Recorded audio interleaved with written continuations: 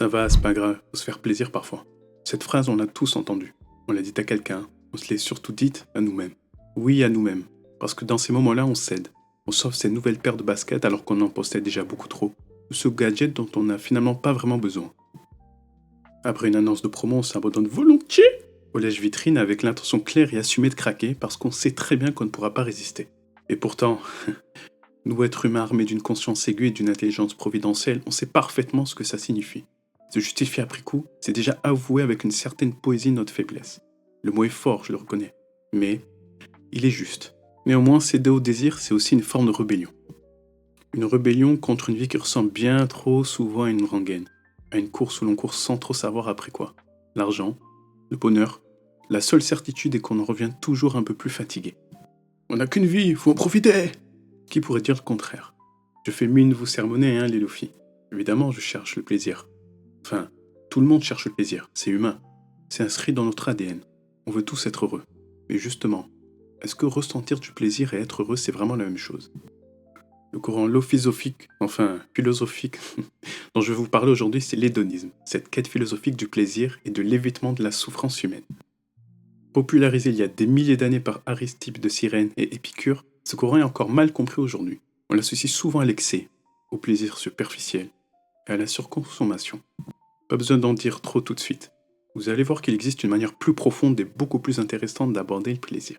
Alors installez-vous confortablement, prenez votre temps, on y va doucement, étape par étape. Non, c'est pas vrai le Luffy, accrochez-vous, on va aller à fond. Mais avant de commencer, posez-vous juste cette question. Et si votre manière de rechercher le plaisir vous éloigne en réalité du bonheur? Se faire plaisir, c'est bien, mais jusqu'où? Pourquoi a-t-on toujours cette impression qu'il faut choisir entre savourer la vie et être une personne respectable? Est-ce vraiment un choix? L'hédonisme, pour certains, c'est l'apologie du plaisir sans limite. Pour d'autres, une philosophie trop détachée des réalités. Qu'est-ce que l'hédonisme? En creusant, on découvre une idée bien plus nuancée. Car au fond, l'hédonisme, c'est la recherche du plaisir comme principe central de la vie. Mais quel plaisir, vous me direz? L'immédiat ou celui dans la durée? Dès ses origines, deux grandes écoles ont posé des visions différentes du plaisir. Aristippe de Cyrène, partisan d'un plaisir immédiat, sensoriel, intense. Épicure, qui est plus connu, qui défend une approche mesurée et réfléchie où le véritable plaisir repose sur l'absence de douleur et la sérénité. Ces philosophes qui ont marqué l'histoire continuent encore aujourd'hui d'alimenter nos réflexions sur le bonheur et notre rapport au plaisir. Évidemment, on peut se demander si aujourd'hui nous sommes plus proches d'Aristippe ou d'Épicure. Peut-être un peu des deux. C'est ce qu'on va voir ensemble. Aristippe de Cyrène est né vers 435 avant Jésus-Christ, dans la cité grecque de Cyrène en actuelle Libye. Il est l'un des premiers disciples de Socrate, et aussi l'un de ceux qui s'en sont le plus éloignés philosophiquement. Contrairement à Father Socrate, qui cherchait la vérité dans la vertu et la maîtrise de soi par le raisonnement, Aristippe va élaborer une philosophie centrée sur l'expérience sensible et le plaisir vécu. On lui attribue la fondation de l'école cyrénaïque, un courant de l'hédonisme ancien. Il enseigne, voyage et fréquente des milieux riches et puissants, notamment la cour du tyran Denis de Syracuse, ce qui a souvent alimenté les préjugés autour de son mode de vie. Mais derrière cette façade mondaine, sa pensée est beaucoup plus subtile et rigoureuse. Sa fille, arrêtée de Cyrène, poursuit son enseignement et lui succède à la tête de l'école cyrénaïque. Elle est l'une des rares figures féminines de l'histoire de la philosophie antique, à avoir transmis un savoir structuré, ce qui témoigne aussi du caractère original et ouvert de cette école. Pour comprendre l'éthique d'Aristippe, il est essentiel de saisir son rapport à la connaissance. Il est sensualiste, au sens où seules nos données fiables sont nos sensations immédiates. Comme Protagoras avant lui, Aristippe estime que nous ne pouvons pas connaître une vérité absolue, extérieure à nous. Ce que nous savons du monde, ce sont nos affects présents, chaud, froid, doux, douloureux, agréable, désagréable. Nous n'avons accès ni à la vérité objective du monde, ni à l'essence des choses, mais uniquement à l'effet qu'elle produit sur nous. C'est donc le ressenti sensible qui devient le critère de vérité, et par extension de valeur. Deux personnes écoutent la même chanson. L'un adore et l'autre veut changer. La vérité du monde, ce n'est pas dans la musique qu'elle se trouve, mais dans ce qu'elle fait ressentir à chacun. Cette position marque une rupture avec son maître, qui cherchait la vérité à travers le dialogue et la raison, dans l'idée qu'il existe un bien universel à découvrir. Notre ami rejette toute prétention à l'universel, ne cherche pas à définir le bien, mais ce qui est bon pour soi, ici et maintenant. Là où Socrate prône l'ascèse, la retenue et l'effort vers un idéal, Aristippe valorise la jouissance directe, sans honte, tant qu'elle reste librement choisie. Il enseigne une sagesse ancrée dans le présent, incarnée presque anti-idéaliste. Celui lui a d'ailleurs valu des critiques de ses contemporains, qui l'accusaient de trahir l'héritage socratique. Mais Aristippe assume pleinement ses dépendances. Il reste authentique à ses valeurs. Ça ne vous rappelle pas quelqu'un, ça? Le plaisir, selon lui, est un mouvement doux de l'âme, une sensation active et présente. A l'inverse, la douleur est un mouvement rude et désagréable. La neutralité, elle, est un état passif qui n'a pas de valeur en soi. Ce que recherche l'être humain, c'est ce contact positif avec soi-même à travers le monde. Ce moment où l'on sent pleinement vivre à travers une sensation agréable. Mais, et c'est important pour bien comprendre notre ami, ce plaisir ne doit pas être subi. Aristippe distingue le plaisir comme puissance du plaisir comme passivité. Écoutez bien, le cœur de sa philosophie est là. Le plaisir est le bien, mais encore faut-il le gouverner. Il aurait dit, ce n'est pas moi qui suis dominé par le plaisir, c'est moi qui les domine. Autrement dit, le sage n'est pas celui qui fuit le plaisir, mais celui qui sait en jouir sans se perdre. Cette idée est souvent travestie. Aristippe n'est pas un libertin débridé, mais un penseur de la maîtrise dans la jouissance. Il défend une forme de liberté intérieure, où l'on peut céder à un plaisir sans devenir esclave de lui. Cette posture demande une grande lucidité, une capacité à mesurer les effets d'un plaisir. Est-il immédiat, durable, destructeur, apaisant? Faut-il y céder ou s'en détacher? Il ne s'agit donc pas de fuir l'excès par peur morale, mais de rester souverain sur soi-même. Prenons l'exemple du vin. Aristippe le savoure au banquet. En apprécie le plaisir sans jamais s'enivrer au point de perdre sa raison. Il s'arrête quand il décide. Aristippe refuse aussi l'idée que certains plaisirs seraient supérieurs à d'autres. Il n'établit pas des hiérarchies morales entre les plaisirs du corps et ceux de l'esprit, contrairement à Platon ou même Épicure. Ce qui compte, c'est le ressenti, pas l'origine du plaisir. Mais cela ne veut pas dire qu'il faut tout accepter. Un plaisir peut être réel, mais inapproprié au contexte, d'où la nécessité de discernement, de tact, d'intelligence de situation. Parce qu'il fréquentait les cercles du pouvoir, qu'il enseignait contre rémunération à la différence de Socrate, et qu'il ne méprisait ni les plaisirs mondains, ni la richesse, Aristippe a longtemps été dépeint comme un philosophe corrompu, immoral, voire débauché. Ses ennemis ont amplifié cette image d'un homme sans morale, esclave de ses désirs. C'est très compréhensible d'avoir réagi comme ça. Pourquoi un philosophe est dans le luxe? Ne se bat-il pas pour la vérité et pour le pouvoir corrompu? Mais ces accusations ne tiennent pas quand on lit vraiment sa pensée. Son hédonisme est lucide, sobre, exigeant. Il ne méprise ni le plaisir, ni le monde, ni le corps, mais refuse d'être dépendant. Il ne rejette pas la société, il habite avec distance et discernement. Il y a dans l'éthique de notre ami quelque chose de très contemporain. Il ne cherche pas à bâtir un système rigide. Sa pensée est souple, adaptative, fondée sur l'expérience vécue et sur le discernement personnel. Alors on en parle de slow life, de bien-être, de plaisir responsable. Il nous apprend à ne pas diaboliser le plaisir, mais à l'apprivoiser, à ne pas viser une vie parfaite, mais une vie pleine de présence. Ce n'est pas parce que le gâteau est bon que tu dois le manger en entier. Et ce n'est pas pardon. Et ce n'est pas parce que tu le manges que tu es faible. Une sagesse qui ne rejette pas le monde, mais l'accueille. Aristippe n'est pas juste le philosophe du plaisir. Il refuse les idéaux lointains, les vérités absolues, les morales rigides. Il part du corps, du moment, de la liberté vécue. Une liberté fragile, imparfaite, mais réelle, tant qu'on ne s'y perd pas. Et c'est peut-être pour ça qu'il dérange, parce qu'il vit, pense et agit, sans se cacher. Parce qu'il ne promet pas le bonheur éternel, mais des plaisirs lucides, maîtrisés, assumés. Pendant des siècles, on a voulu l'oublier, puis, à certaines époques, son nom est revenu, comme un écho qu'on ne peut pas vraiment faire taire. Et vous allez voir, il y a un philosophe bien plus proche de nous dans le temps qui a entendu cet écho. Vous êtes en train de l'écouter? Non, je plaisante. Pas de panique, on y arrive un peu plus tard. Restez là. Épicure naît en 341 avant Jésus-Christ sur l'île de Samos, dans une famille athénienne modeste installée comme colon. Très tôt, il s'intéresse à la philosophie, d'abord influencé par des penseurs platoniciens, puis surtout par Nociphane, un disciple de Démocrite, qui lui transmet l'atomisme, une vision du monde fondée sur la matière, le mouvement et le hasard. Après avoir voyagé et enseigné dans différentes cités grecques, il s'installe à Athènes en 306 avant Jésus-Christ. C'est là qu'il fonde son école, le Jardin, un lieu à part, un lieu ouvert à tous, hommes, femmes, affranchis. Ce qui à l'époque révélait presque d'un acte de révolte tranquille. Une petite révolte. Le petit là-bas, là, il fait un peu le fou, mais laissez-le. Pendant près de 40 ans, Épicure y enseigne une philosophie sobre, matérialiste, libératrice. Il parle d'amitié, de liberté intérieure, de paix de l'âme. Il invite ses disciples à cultiver le bonheur, non pas dans l'accumulation, mais dans la compréhension lucide de nos désirs. Il enseignait que le bonheur ne dépend pas de ce qu'on possède, mais de ce qu'on apprend à désirer. Il est mort en 270 avant Jésus-Christ, laissant derrière lui une œuvre dense, discrète, mais profondément influente. Et un jardin, devenu avec le temps un symbole de résistance douce face au tumulte du monde. Quand Épicure affirme que le plaisir est le souverain bien, il ne parle pas de celui qu'on consomme, mais de celui qu'on ressent quand plus rien ne manque. Quand nous souffrons pas dans le corps et que rien ne trouble notre âme, nous sommes dans le plaisir. C'est une définition presque négative du bonheur. Ne pas souffrir, ne pas s'inquiéter, ne pas être tiraillé par ce qu'on n'a pas. C'est un plaisir discret, stable, qui s'oppose au plaisir vif, changeant, toujours en tension avec leur propre disparition.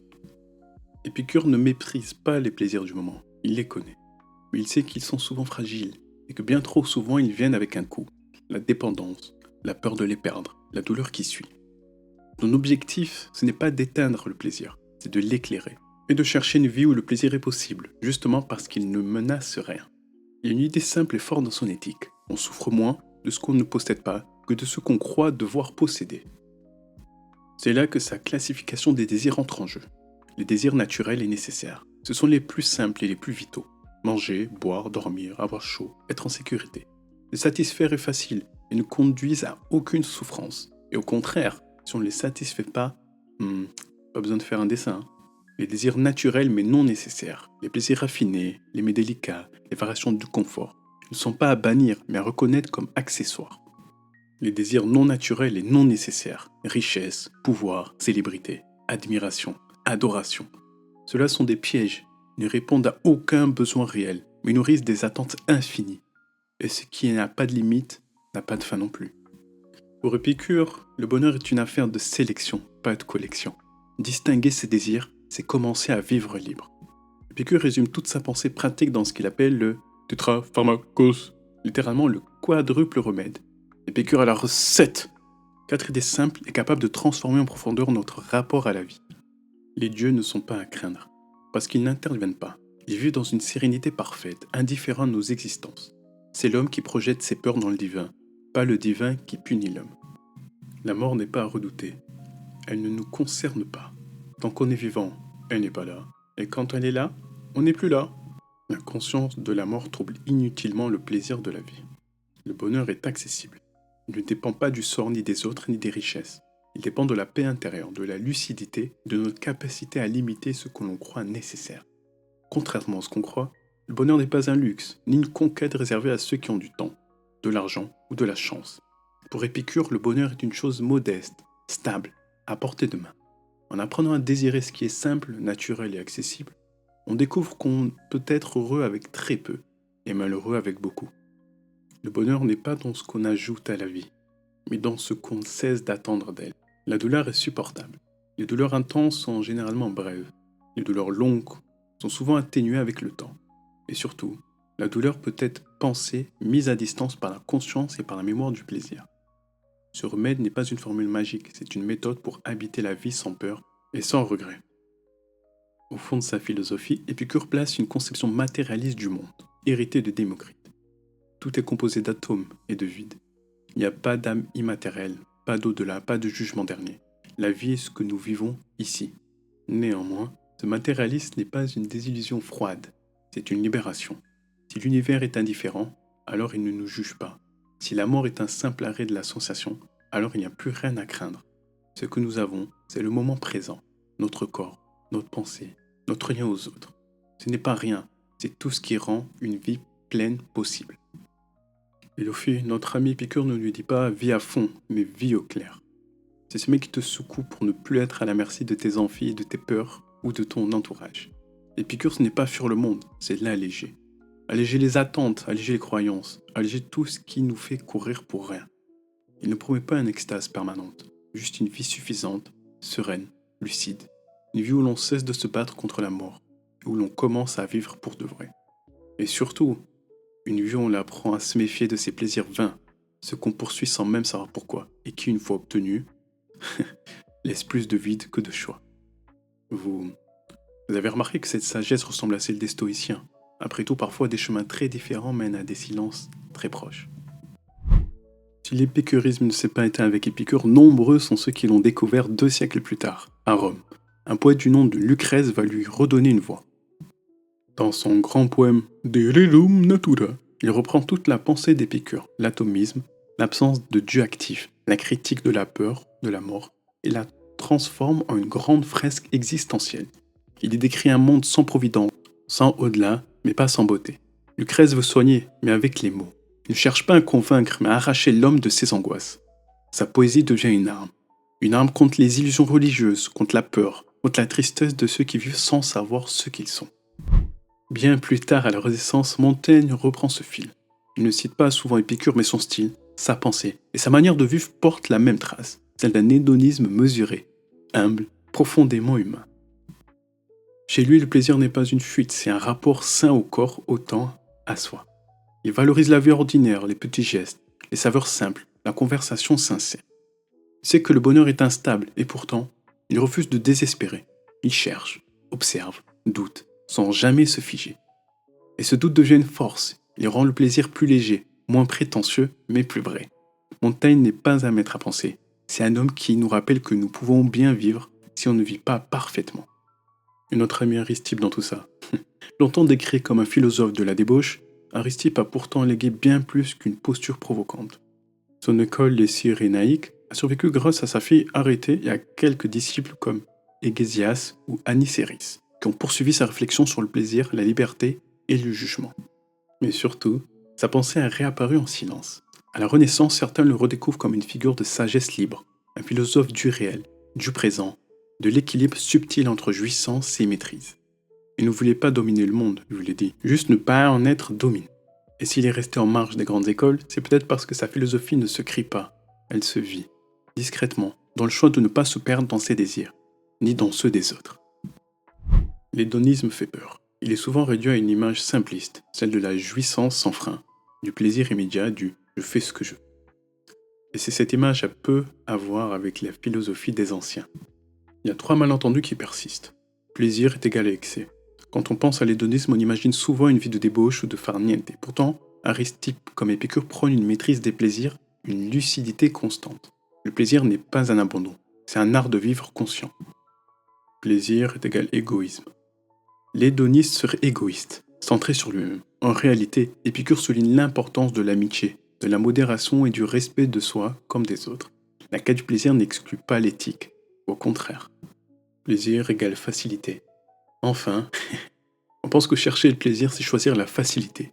Mais reconnaître ses vrais besoins, faire le tri entre ce qui apaise vraiment et ce qui distrait momentanément, demande du discernement, de la clarté et parfois du courage. Si ces idées fausses persistent, c'est aussi parce que la culture de masse les a largement diffusées. Dans les films, les séries ou les pubs. On entend souvent ce genre de phrase « Je suis épicurien, je vis au jour le jour ». Mais ce n'est pas Épicure que vous entendez là. C'est un personnage de fiction qui confond carpe diem et philosophie du bonheur. Une version marketée, prête à consommer, vidée de sa rigueur. La pub adore ça, hein. Profite maintenant, tu le mérites. Le vrai Épicure restauré peut demander « Ce plaisir te rend-il vraiment libre ou est-ce qu'il t'emprisonne davantage ?» S'il est mal compris, ce n'est pas un hasard. La société moderne ne nous aide pas à penser le plaisir. Elle nous pousse à le consommer, vite, souvent, sans se poser de questions. Et c'est ce qu'on va explorer dans la suite. Go! Aujourd'hui, tout est à portée de clic. Des vidéos, des repas, des objets, des idées, le plaisir en flux continu. Jamais le monde n'a offert autant de moyens de se faire plaisir. Et pourtant, c'est pas pour cela que nous sommes plus heureux. On parle parfois de société du divertissement. Comme si le divertissement n'était plus un moment de pause, mais notre état par défaut. Une toile de fond permanente qui nous stimule, nous absorbe, et finit par nous dissoudre dans le flot. Le plaisir n'est plus une conquête, il est devenu un réflexe, une réponse automatique à l'ennui, à l'attente, à la moindre tension intérieure. Dès qu'un moment de vide surgit, hop, on le comble. On est tous comme ça. Et plus le plaisir est accessible, plus il semble nous éloigner de nous. On pourrait croire que c'est un phénomène récent, propre aux réseaux, aux écrans, au capitalisme numérique. Mais certains bien avant nous avaient déjà pressenti ce besoin de s'occuper à tout prix. On y reviendra dans pas longtemps. Pour l'instant, les Lofi, posons-nous la question. Vivons-nous dans une société plus hédoniste ou simplement plus distraite? Les plaisirs sont partout. Il suffit de pianoter sur son smartphone quelques clics pour être stimulé. Mais est-ce vraiment du plaisir? Ce qui devait être un choix est devenu un réflexe. On ne regarde plus une série, on binge sans y penser. Moi, je suis plutôt animé par les animés, justement. Récemment, j'ai enchaîné toute une saison 2. À chaque épisode, je râlais sur la qualité médiocre de ce que je regardais. Mais est-ce que j'ai éteint la télé? Oui, le lendemain, j'étais de nouveau devant cette même saison. Je vais être honnête avec vous. J'ai mis du temps à comprendre que ma passion devenait autre chose. Ce n'était plus de la curiosité, c'était de la consommation pure. Je m'en suis rendu compte le jour où je me souvenais plus de ce que j'avais vu quelques mois plus tôt. Ou pire, après une dizaine d'épisodes, me dire enfin « Bon, c'est nul, j'arrête ». Quand la quantité prend le pas sur la qualité, il faut vous alarmer. C'est un combat permanent, je vous assure, je suis encore dedans parfois. Et ce n'est plus nous qui décidons ce qui nous attire, ce sont les suggestions, des algorithmes, des messages publicitaires finement calibrés. La pub justement joue un rôle central. Elle ne propose pas, elle prescrit. Elle transforme le désir en besoin, l'envie en urgence. Le philosophe Herbert Marcuse parlait déjà de besoins fabriqués dans la société industrielle, des besoins qu'on ne ressent pas, mais qu'on apprend à ressentir parce qu'ils sont vendables. Et dans ce monde saturé de plaisirs disponibles, le plaisir perd sa substance. Il ne comble pas une envie, il crée un manque.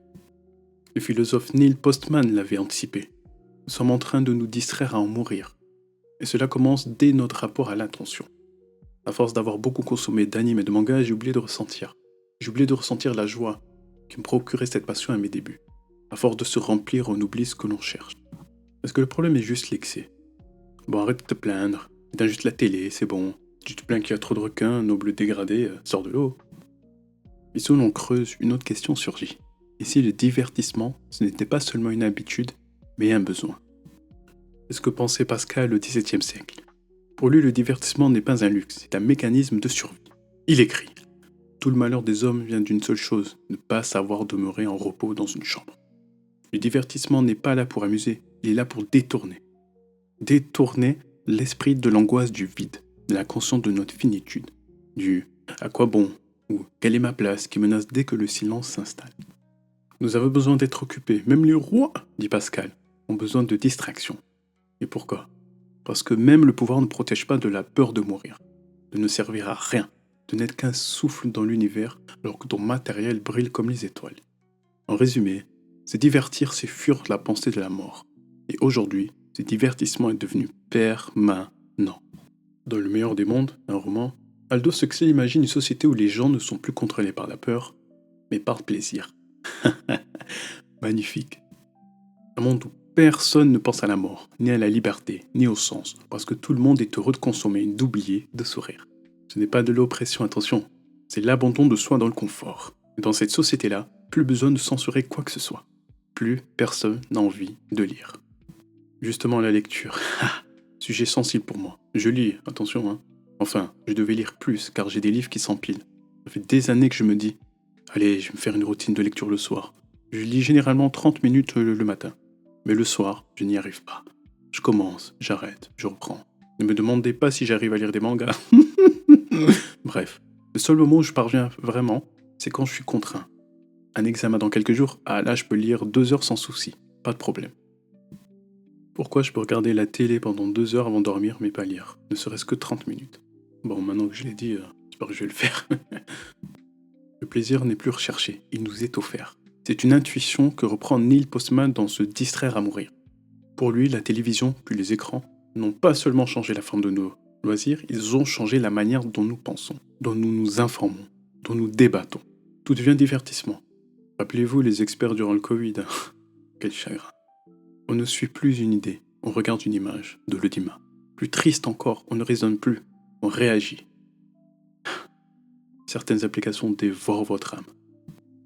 Et par conséquent, le vrai danger du divertissement moderne, il nous fait croire qu'on pense, alors qu'on est juste en train de consommer, de réagir. Et cette dérive lélophile n'est pas totalement de la faute du consommateur. C'est là qu'intervient une idée contemporaine plus discrète mais tout aussi puissante, celle des nudges. Dans le livre L'erreur humaine, Vincent Berthet montre comment nos décisions sont influencées par des architectures invisibles de choix. Des suggestions, des boutons, des mises en forme qui orientent nos actions sans nous forcer. On croit choisir un contenu, mais on clique sur celui qui était légèrement mis en avant. On pense vouloir rester, alors qu'on a été poussé à rester. Une grande plateforme emploie des spécialistes des sciences humaines et comportementales pour optimiser ces mécanismes. Psychologues, sociologues, designers, data analysts, tout est pensé pour capter l'attention, prolonger le temps passé, stimuler nos désirs sans jamais le combler. Des animations qui réagissent à nos gestes, des récompenses numériques, des filtres flatteurs. Tout est là pour que l'expérience paraisse plaisante, mais que le plaisir ne cesse jamais de nous échapper. C'est un contrôle par la forme, pas par la contrainte. Et dans ce contexte, le plaisir n'est plus un acte libre, c'est une réponse prévue. Je vous conseille d'ailleurs la série Dopamine d'Arte. Magnifique. Ce que décrivent Pascal, Postman ou encore des penseurs comme Guy Debord ou Byung-Chul Han, c'est une chose simple et dérangeante. Nous ne sommes pas seulement entourés de distractions, nous sommes devenus dépendants d'elles. Alors que faire face à ce constat? Faut-il rejeter les plaisirs modernes, se couper du monde, ou simplement continuer à se distraire en espérant que ça passe? Je vais arrêter les animes. Je plaisante, impossible, je suis lucide. Mais un autre rapport au plaisir est encore possible, voire nécessaire. Un hédonisme plus conscient, plus lucide. Je me répète. Pas un refus du monde, ni une fuite dans la 16, juste un retour à cette question simple, mais trop souvent ignorée. Ce que je fais là, maintenant, est-ce que vraiment je l'ai choisi? Êtes-vous encore capable de savoir ce qui vous plaît vraiment? Réfléchissons ensemble, les Luffy. On va explorer maintenant comment retrouver un plaisir plus libre, plus simple. Juste avant un petit récap. Chez Aristippe, le plaisir, je vous le rappelle, est assumé. Mais il ne doit jamais nous dominer. C'est une sagesse ancrée dans le présent. Jouir d'un instant, d'un contact, d'une sensation, mais sans s'y perdre. Chez Épicure, c'est une autre posture, plus posée, plus stratégique. Le plaisir, oui, mais choisi, anticipé, pesé sur la durée. Ces deux voies, bien que différentes, se rejoignent sur l'essentiel. Le plaisir est une force, mais il doit être librement choisi. Et dans le monde d'aujourd'hui, reprendre le pouvoir sur ses plaisirs commence souvent par un simple geste. Ralentir. Observer. Ne pas remplir chaque vide, ne pas remplir chaque silence. Ce n'est pas refuser la joie ni le divertissement, c'est ne pas confondre avec l'agitation. Et cette distinction-là, même si elle semble petite, peut changer une vie. Ce que je vous propose, c'est de reprendre un minimum de maîtrise. Pas sur tout, pas tout le temps, mais là où c'est possible. Je plains de ne pas lire, mais souvent j'écris le soir au lieu de me mettre devant la télé. Parfois j'écoute simplement de la musique avec mon casque. On ne maîtrisera jamais toute notre vie. L'équilibre, les Luffy, l'équilibre. Un simple exemple, le scroll. Je me suis rendu compte il y a longtemps que je pouvais rester facilement 15 minutes à scroller dans le vide, à rigoler et à oublier dès la 3e vidéo. Depuis, je me limite à quelques scrolls et je sors comme un voleur. Ça m'a changé. Je n'ai jamais été du genre à rester 2 heures sur le réseau, mais parfois on peut y rester plus longtemps que d'autres. Des périodes par-ci, par-là, c'est normal, on est libre. Néanmoins, vu que je me plains de ne pas lire suffisamment, il faut bien que j'optimise. 15 minutes de fil d'actu ou 15 minutes de lecture, ou plus 5 plus 10. Bref, ce que je veux dire c'est, faites le point sur vos aspirations et objectifs. Tu peux dire que tu n'as pas le temps d'apprendre les échecs par exemple, alors que tu regardes des séries dont tu oublieras le contenu quelques semaines plus tard. Il faut se poser les bonnes questions, et surtout, acter. Les notifications et les Luffy. Dans de nombreuses vidéos de dev perso sur la Digital Detox, ils parlent souvent de les désactiver. J'ai testé, je ne suis pas prêt à revenir en arrière. Mail, réseaux sociaux, tout est désactivé. Mon téléphone est en mode ne pas déranger depuis des années. Seuls les numéros favoris mettent du son en ce mode. Même si vous n'êtes pas un illuminé du smartphone, les notifs dictent nos micro-attentions. Les activer le soir ou le week-end, c'est déjà une forme de liberté. Pas besoin d'aller vivre en forêt et juste créer des zones de respiration. Testez. Pour les animés, maintenant je me dis, si les 2 premiers épisodes sont nuls, j'arrête. C'est environ 40 minutes, c'est déjà beaucoup, mais je laisse le bénéfice du doute. Ou alors vous pouvez filtrer, regarder les critiques, les classements, pour vous assurer du bon contenu. Il y a toujours des couacs, j'en ai regardé des bien notés, mais qui n'étaient pas si waouh selon mes goûts. Mettez-vous des petites limites, et respectez-les. Commencez par une fois par semaine, 2, puis planifiez comme vous le sentez. J'ai une famille donc c'est plus simple depuis que les petits sont là. Pas de TV le soir tout simplement. Jamais avant le coucher. Par contre beaucoup de musique, il en faut pour faire taire les cris. Mangez avec des amis, mangez sans écran, avec un peu de musique. Laissez-vous guider par vos pensées. Une simple marque, avec ou sans un petit podcast, peut vous offrir une vraie coupure. Mettez pause, parfois. Juste marchez. Vous avez envie d'acheter quelque chose, mettez-le dans votre panier. Attendez quelques jours. C'est une technique efficace. Si l'envie revient, elle est peut-être réelle. Bon, je vous l'avoue, parfois vous laissez le produit dans le panier et vous savez qu'il va passer à la caisse tôt ou tard. Je sais de quoi je parle. Mais je fais moins d'achats compulsifs avec cette méthode. Je vous la conseille. Finalement, aucun de ces gestes ne fera de vous un sage jet d'eau. Ils peuvent faire une différence. Remettre du choix là où il n'y avait que de l'automatisme. Et ça, déjà beaucoup. On parle souvent du plaisir comme d'un moment intime, personnel. Aujourd'hui, dans un monde d'écran et de solitude hyper connecté, on sous-estime à quel point partager un plaisir peut le transformer. Manger avec vos amis, c'est important. Travailler à la maison, donc croyez-moi, je suis toujours heureux de partager un repas avec d'autres. Même si parfois ça me freine, faut décaler mon sport, sortir le scooter, traverser la ville. Je ne regrette jamais. Jamais. Et si vous êtes plutôt solitaire, n'attendez pas que vos voisins sonnent à votre porte pour vous proposer une sortie. Faites des activités, bougez un peu, socialisez. Pas besoin de courir après les grands événements ou de multiplier les rencontres. Mais si vous pouvez de temps en temps partager ce qui vous fait du bien, même quelque chose de simple. Vous ne ferez pas toujours le bon choix. Parfois vous cliquerez sans y penser, vous achèterez sur un coup de tête. Vous vous étendrez devant un écran plus par fatigue que par envie. Mais c'est normal. Ce que propose l'hédonisme éclairé, ce n'est pas un idéal de contrôle permanent. C'est une présence à soi, aussi imparfaite que vivante. Observez. Comment vous vous sentez avant, pendant, après. Ce que ce plaisir vous a laissé. Une trace, un creux, une clarté, une confusion, rien. Apprenez à sentir, à reconnaître, à décider un peu mieux la prochaine fois. Parce que ce n'est pas la perfection qui rend libre, c'est l'attention. Nous arrivons à la fin. On a vu, l'hédonisme ne consiste pas à céder à tous les plaisirs. Ce n'est pas une course à l'intensité. Ce n'est pas non plus une vie aseptisée loin du monde. C'est un art. Un équilibre fragile entre ce qui attire et ce qui nourrit, entre ce qui excite et ce qui apaise. On a parlé de philosophie ancienne, d'Aristippe, d'Épicure. On a parlé de société moderne, de sursollicitation, d'écran, d'achat. On a parlé de nous, de ces petits moments où l'on se sent vivant et ceux où l'on sent qu'on s'oublie. Il n'y a pas de solution parfaite. Parfois, vous avez un bon équilibre. Parfois, vous vous perdrez dans le flot. Encore une fois, ce n'est pas grave. Mais quand vous sentez que vous vous éloignez de vous-même, que vous perdez votre temps ou que vous repoussez encore ce que vous dites vouloir faire, c'est peut-être le moment de choisir d'acter. Je ne vais pas vous demander de changer de votre vie. Mais cette semaine, essayez de prendre un moment, un seul. Un moment simple sans distraction. Un repas sans téléphone, une marche sans objectif, un instant d'écriture. Ou simplement écouter de la musique sans rien faire d'autre. Ressentez ce que cela fait quand le plaisir ne sert à rien d'autre qu'à être vécu. Merci les Lofi. À la prochaine. Ciao.